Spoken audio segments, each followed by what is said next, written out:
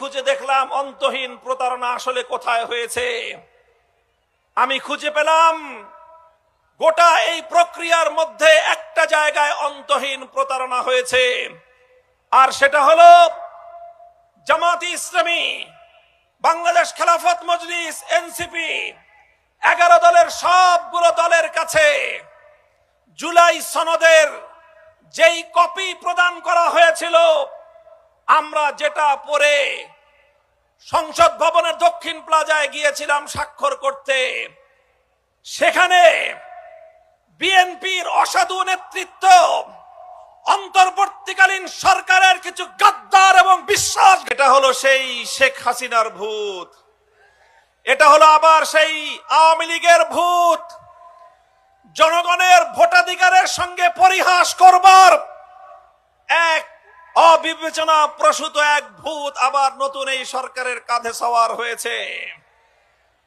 আমরা বিগত অন্তর্বর্তীকালীন সরকারের আমলে সকল রাজনৈতিক দলগুলো ঐক্যবদ্ধ হয়ে 2024-এর জুলাই বিপ্লবের ভিত্তিতে নতুন বাংলাদেশ গড়বার জন্য যে ঐতিহাসিক রাজনৈতিক ঐক্যমত্য প্রতিষ্ঠা করা হয়েছিল, সেখানে অঙ্গীকার ছিল জুলাই বিপ্লবের আকাঙ্ক্ষা বাস্তবায়ন করা হবে, যার ফলশ্রুতিতে 2013 সালের শাপলা চত্বরের নবী প্রেমিক তাওহীদি জনতার বুকের রক্ত দিয়ে ফ্যাসিবাদ বিরোধী যে আন্দোলনের ভিত রচিত হয়েছিল, 2014 যোগ্য প্রতিনিধি নির্বাচন করতে চেয়েছিল, কিন্তু দেশের মানুষের চাওয়ার সঙ্গে ফ্যাসিবাদী স্বৈরাচারী শেখ হাসিনা অব্যাহতভাবে নির্মম পরিহাস করে চলেছে।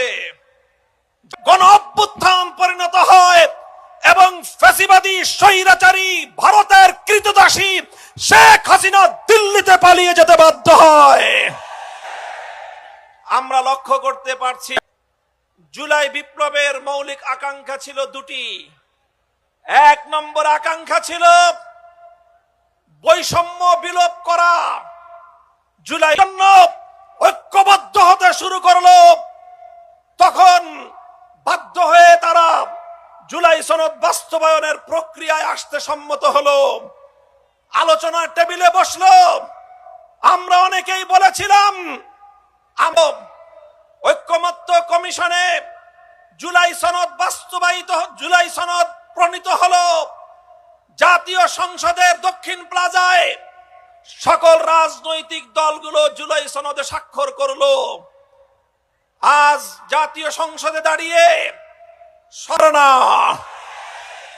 আজ আমরা পরিষ্কার ভাষায় বলতে চাই, গণভোট বাংলার মানুষ দিয়েছে। বিগত সরকার,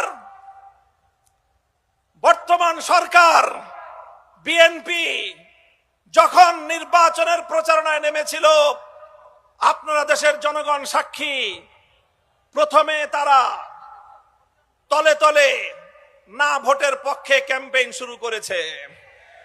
গোটা বাংলাদেশের 300 আসনে